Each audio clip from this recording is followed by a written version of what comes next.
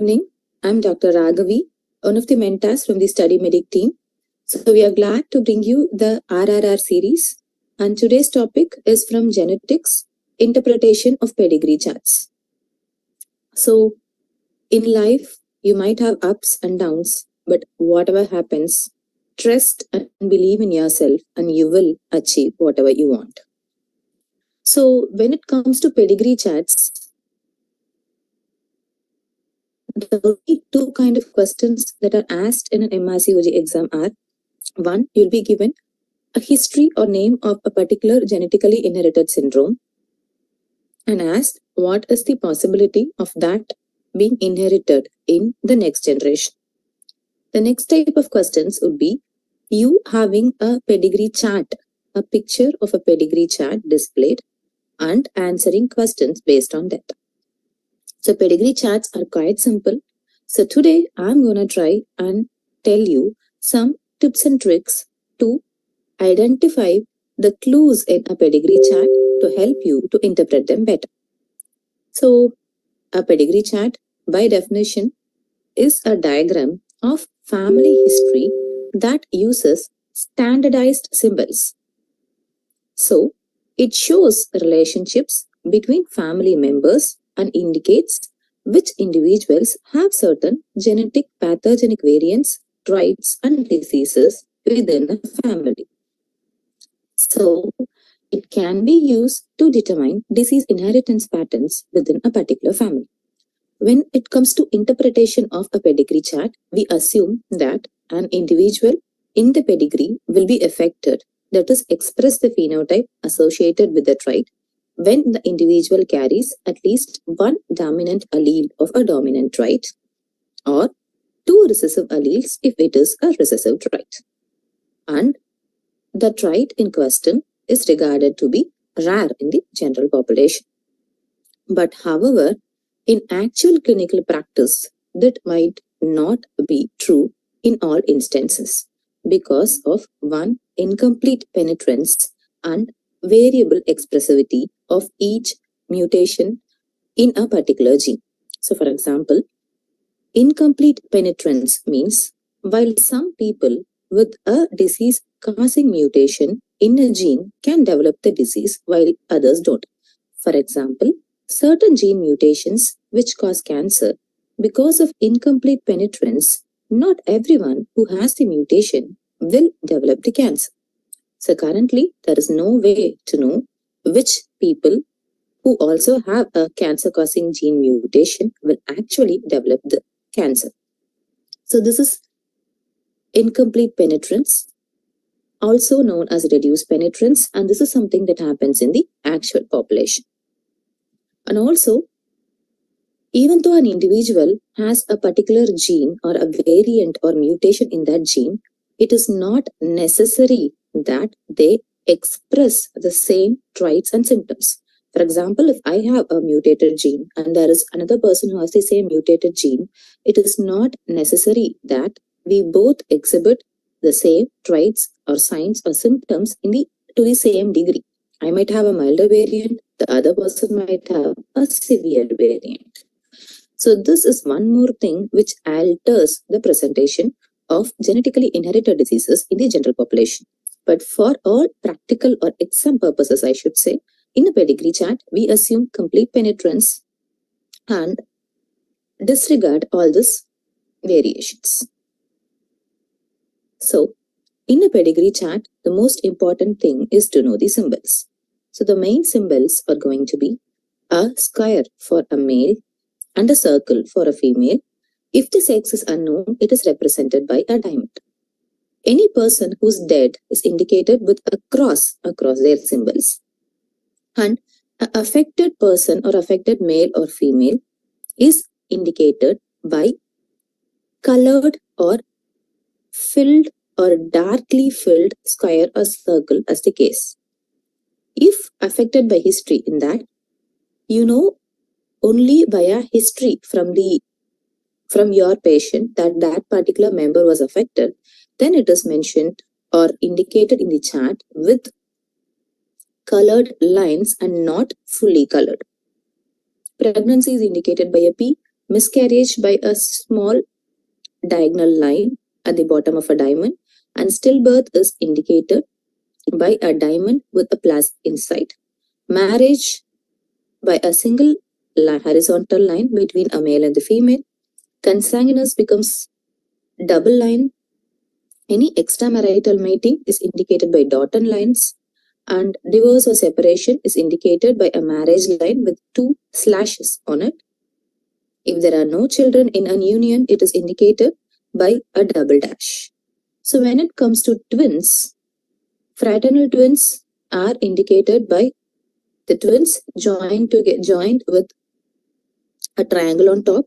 Identical twins will have one more line so that they are joined with at the top and at the middle. On the other hand, a female carrier is indicated. So this is more seen in a X-linked recessive disease. But beware, not in all pedigree charts, a carrier is mentioned with a circle with a dot. Sometimes a carrier just in a particular chart can be mentioned as an affected person as well. So beware. But mostly the symbol for a carrier is a circle with a dot. So again, the main symbols I am reiterating again. A male by a square, female by a circle, marriage by a line between the male and the female, consanguineous marriage by 2 lines between the male and the female. So Roman numerals are used to symbolize generations, and Arabic numerals symbolize individuals within a given generation. And the birth order within each group of offspring is drawn left to right. That is, the firstborn is the left with the lastborn on the right. Identical twins, as I already told you, are connected by lines at the top and also in the middle. Fraternal twins only at the top. Affected individuals with colored boxes or circle based on their sex. Affected only by history, then by crossed lines. A carrier is by a circle with a dot in the center. A deceased or dead female and male are indicated with a slash over their particular symbols. Unknown sex by a diamond. So, few tips before we go into the actual interpretation of the chart. So, when you're looking into the chart, just understand that an unaffected individual cannot have any alleles of a dominant trait, because in a dominant trait, presence of even a single allele will cause the individual to be affected. Individuals marrying into the family are assumed to have no disease alleles. When a trait is X-linked, a single recessive allele is sufficient for a male to be affected. A father transmits his allele of X-linked genes to his daughters, but not to his sons. You should also remember that a mother transmits an allele of X-linked genes to both her daughters and sons. An unaffected individual can be a carrier of a recessive trait, because obviously in a recessive trait, 2 alleles are required for an individual to be affected. So now we'll see into the pedigree chart of an autosomal dominant condition. So in this, you can see in the first generation, we have an affected male and a female who get married, and in their offsprings, we have both a male and the female getting affected. When that male in the second generation who apparently marries a normal female, they have all normal children. On the other hand, there is one more group in the family chart, the other side, where female 3 and male 4, and the male 4 is affected, give birth to a normal female 8 and an affected female 9. And we can see the children born to unaffected male 7 and unaffected female 8 are all normal. So this indicates that this condition is not sex-linked, because both male and females in each generation are equally affected, and there is nothing like a carrier status. And individuals who do not carry the affected gene are not transmitting the disease, as confirmed by 7 and 8. So this is the pedigree chart of an autosomal dominant condition. So here males and female are equally likely to have the trait, there is no specific male-to-male generation transmission, and the traits do not skip generation. And if a particular trait is displayed in the offspring, at least one parent must show the trait. If the parent does not have the trait, their children should not have the trait. And if trait is present, whenever the corresponding gene is present. And also, you have to understand that if there is one condition where if both parents do possess the trait, but it is absent in any of their offspring, then the parents are both heterozygous of the recessive allele. Which means both parents carry one dominant and one normal gene. And there is a possibility that there is one child, as in the previous chart, the male child 7 who is normal might have inherited the normal genes from each of his parents, so he is unaffected. Homozygotes for the dominant condition have a more severe form of the condition. So next we are moving on to autosomal recessive diseases. Here in this pedigree chart, you can see in the first generation, male 1 is affected while female is unaffected. In the next generation, you can see all 3 of their offsprings are unaffected. When the male 6 marries a female 5, they end up having an affected son. On the other side, male 3 marrying a affected female 4, and they have both a male, they have a unaffected male and a affected male and an unaffected female 12. So as you can see here, when apparently unaffected female 8 and unaffected male 9 marry, they have an affected daughter 17. In the previous pedigree chart, we saw that as long as the parents do not display or the parents remain unaffected, there is no chance for the offspring to be affected. This is the main clue for an autosomal recessive disease. Here, even though the parents apparently do not show the symptoms of the disease, that is, they are unaffected, they might still be carriers, which is why the next generation born to 8 and 9, that is 17, is having the disease. So this shows that this is an autosomal, this is a recessive condition. It is an autosomal recessive condition because both male and females are equally affected in each generation. So here, male and females have the same chance of expressing the trait. You can only express the trait if you are homozygous and not heterozygous. If both parents express the traits, then all their offspring should also express the trait. If the offspring express the trait but their parents don't, then both parents are heterozygous. If one parent expresses, then their offspring who does not express are heterozygous.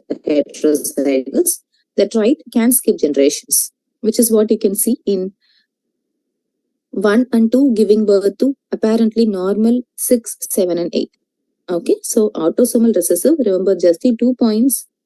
Even though the parent cannot is apparently unaffected, it can be seen in the next generation and the trait can skip generations. So mitochondrial inheritance is quite easy. An affected mom transmits particular disease to all her son and daughters, and each of the daughters further transmits it to the next generation, both male and female, while when it comes to the male, the inheritance stops there. So here we have a mitochondrially inherited disease being transmitted by female 2 to her sons 3, 7, daughters 5 and 9. But the sons 3 and 7 in their next generation do not show any symptoms of the disease. On the other hand, both children born to the daughters 5 and 9, that is 13, 14, 17 and 18, do have the disease. So this is classic of mitochondrial inheritance. Here again, you can see the female has passed it on to both her son and daughter, while the daughters have only passed it on to their next generation, while it has not been inherited by any of the offsprings born to the affected son.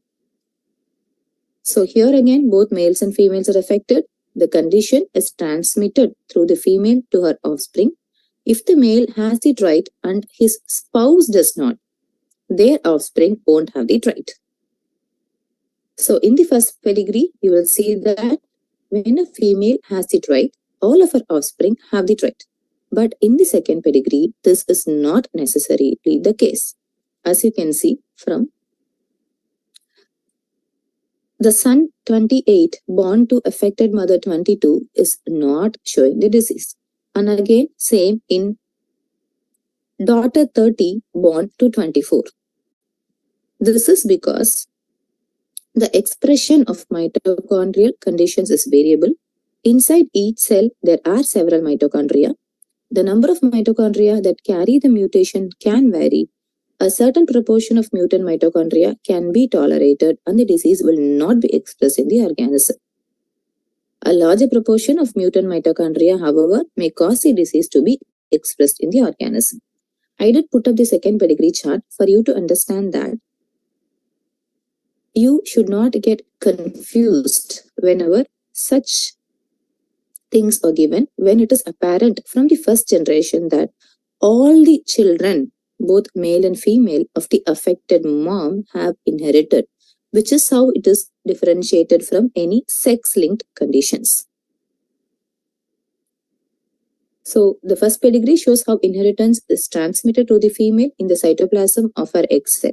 And the second pedigree shows how the expression can vary depending on the proportion of mitochondria which actually carry the mutation. So moving on to the X-linked diseases. X-linked recessive is you have an affected female who has transmitted a disease to only her sons. And when that affected son marries an affected female, all the children in the next generation are affected. Also, unaffected daughter 4, when she is apparently marrying another individual, gives birth to an affected son number 9. So this is whenever there is a female who transmits the disease only to her sons, it is clinching of an X-linked inheritance. And from 3 and 4 giving birth to an affected 9 shows that this is a recessive condition. That is, 2 normal parents apparently giving birth to a affected individual. So this trait is more common in any X-linked trait, is more common in males than in females. If a mother has the trait, all of her sons should also have it. And as you can see here, there is no male-to-male transmission. It has the same inheritance pattern as for autosomal recessives. And the son of a female carrier has 50% chance of having that trait. So if they marry an affected individual, then there is increased chance of the disease being passed on to the next generation. Mothers of males who have the trait are either heterozygous carriers or homozygous and express the trait. The father passes his X sex chromosome and all of its genes to his daughters and his Y chromosome to his sons. So you must understand that the genes act in pairs, so one from each parent for the females. So here, for this mode of inheritance, the males get their gene for the trait from their mother. When the sperm fertilizes the egg, the father's genes join the mother's or both contribute to the genetic makeup of the offspring. So one form of a gene may be dominant over another form which is recessive, and the dominant form would obviously be expressed. In an X-linked dominant condition, here is what you can see. A mother can give rise to both affected male and female, and if also to unaffected female daughters. And if this female daughter in her next generation can give rise to affected daughters, that is affected number 1 has given birth to affected 3, 4 and apparently normal 5 and 6. And this apparently normal 6 female in the second generation gives birth to abnormal 8 and 10 daughters. So, here, if a male has a trait, then the male number 7 is the reason for 8 and 10 to have the trait. Here, there is no male-to-male transmission, as you can see. And the trait follows the inheritance of the X chromosome. So, sons can have the trait only if their mother also has the trait. And here, the rest of it is similar to autosomal dominant traits in human females. So, Y-linked inheritance is just for completion's sake. Sorry. In generation 1, we have an affected male. In the next generation, all females are fine while all males are affected. And you can see all the affected males transmit the disease to all their male children, while none of the females are affected. And you can see that the female 6, when she marries a normal male, she gives birth to normal individuals only. So here, the trait, expression, transmission, everything happens only in the males. The individuals with the Y chromosome, if a male has a trait, so should his father and paternal grandfather, as well as his sons and their sons. So it keeps on following the inheritance of the Y chromosome. Okay, so now we'll have a few questions. Which of the following is not true regarding carriers of a genetic disease? Carrier state may be produced in an autosomal dominant condition. Certain carrier states can be detected using DNA studies. In case of cystic fibrosis, if both the parents are carriers, the chances of having an affected child is 1 in 4. And in an X-linked genetic disease, the female carriers may show certain disease manifestations. Marriage between the blood relatives is approximately associated with double the risk of getting inherited disorders and birth defects. So it's very simple. The answer here is going to be carrier state may be produced in an autosomal dominant is a wrong statement, as carrier state is seen only in autosomal recessive conditions or X-linked recessive conditions. So which of the following statements regarding thalassemias is correct? Does it show X-linked recessive inheritance? There is marked reticulocytosis. There may be undergrowth of the maxillary regions of the face. There might be persistence of HbF. So the answer is going to be, there might be persistence of HbF.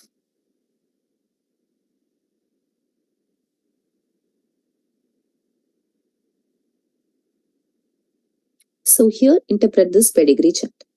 Generation 1 has an affected female who is giving birth to both affected females and males. And again, the affected female has given birth to both affected females and males. So, this is typical of a mitochondrial disorder, as it is only passed on if the mother is affected. If the mother is affected, all offspring will be affected. If the father is affected, he does not pass it on to his next generation. As you can see that the male child from the first generation has not passed on the disease to the next generation. Here we have an affected male, and in the next generation, all his children are normal. On the other hand, when one of those normal sons marries an apparently normal female, they give birth to an affected female. So this shows it is a recessive condition, and since there is no specificity as to whether only females are affected or males are affected, it is not a sex-linked condition. Hence, this is going to be an autosomal recessive disorder. Here, both parents cannot express it right. However, if both are carriers, their offspring can express it right.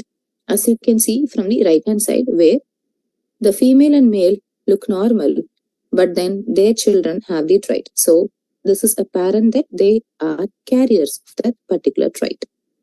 Autosomal disorders typically skip a generation, as indicated by the left side family, where you can see that the first generation do not have a disease, but however, when one of those males marries another female or who is a carrier, who must be a carrier, they give birth to an affected female. So autosomal recessive disorders typically skip a generation. So affected offspring typically have unaffected parents. With an autosomal recessive disorder, both males and females are equally likely to be affected. Here you can see a female who's affected, giving birth to affected females and unaffected children also. In the next generation, you can see the same female has given birth to both affected females as well as males. So here it shows a dominant inheritance pattern, and there is no skipping of generation. So autosomal dominant disorder is the answer for this pedigree chat, as these disorders do not skip a generation. So affected offspring have affected parents. One parent must have the disorder for offspring to be affected. Both males and females are equally likely to be affected in an autosomal disorder. Here you can see a female giving birth to affected males while the females are fine. And in the next generation, apparently normal female is giving birth to an affected male. And you can see the affected male, when he marries an affected female, both females as well as males are affected. So this is an X-linked recessive disorder, as males are more likely to be affected than females. Affected sons can typically have unaffected mothers, but however, the father also must be affected for a daughter to be affected, and the mother must either be having the disease or be a carrier for her to have the disease. This disorder is never passed from father to son, as only females can be carriers for this disease. So X-linked recessive disorders can also skip a generation if through the female line. So that's all for today. Thank you. Hope you all find the video useful, and do watch the rest of the videos in our RRR series. It will really be a ready reckoner for you in time of your exam to revise and clear any doubts that you might have. Thank you so much.